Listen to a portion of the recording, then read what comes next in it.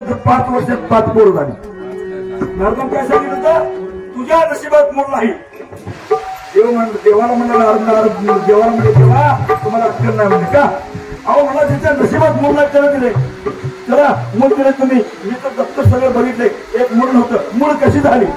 मग पांडुरंगाने सांगितलं 2 मिनिटात उरतो वेळ नाही. पांडुरंगाने सांगितलं एकादशी वारीला ये, एकादशी वारीला ये. नारद मुनी वारीला आले. वारीला आल्या कबीरदास सुद्धा कमाल सुद्धा वारीला आले होते. नारद मुनी देवाच्या जवळ गेल्या देव गडा गडा गडा गडा लोळा लागले.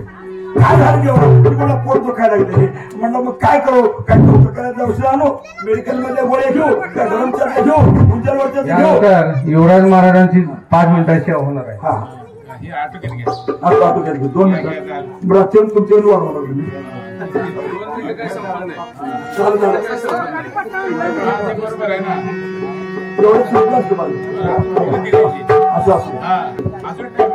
ते म्हणलं नारदा मला माळकऱ्याचं काळीच पाहिजे, माळकऱ्याचं काळीच पाहिजे. मग नारद पळा लागले, परत सांगायला माळकऱ्याचं काळी, माळकऱ्याचं काळी.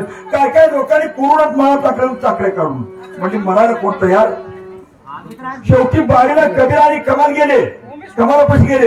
म्हणलं नारदा काय पळा लागलाय? कबीराला म्हटला देवात पोट दुखा लागले, त्याला माळकऱ्याचं काळीच पाहिजे. आपल्या जवळचा चाकू काढणार, पोट फाडलं कबीरान, काळीच काढून दिलं. जा म्हणले हे दावा अपकारा हो पांडुरंगा दृढ भाऊ, देव माझा मी देवाचा, हेच माझे सत्यवाचा. काळीच दिलं. तो पण कमाला चाकू घेतला. अहो नारदा एका काळजात भागत नसेल, 2 काळज घ्या पण माझा देव नीट होऊ द्या. 4 वेळा काळीच घेऊन गेला तिथं. त्यावेळेला देव खरी खोटं बनवते. देव म्हणजे कुठलं औषध घेतलं तर देव म्हणजे नारदा तू म्हणला होता ना त्याच्या नशिबात मूल नाही, त्याला मूल दिलं. मग हे काय म्हणा? ते म्हणला ज्याला काळीच देता येतं त्याला मूल देता येतं. तसं आमच्या अकरा महाराजांना देवाला काळीच अर्पण केले. मुलं काय अजून एक काम होते. म्हणून मला थोडं संताचा महिमा, संताचा महिमा भोवताच्या कामा, आला भोवताच्या कामा, आला भोवताच्या कामा, भोवताच्या कामा, आला भोवताच्या कामा.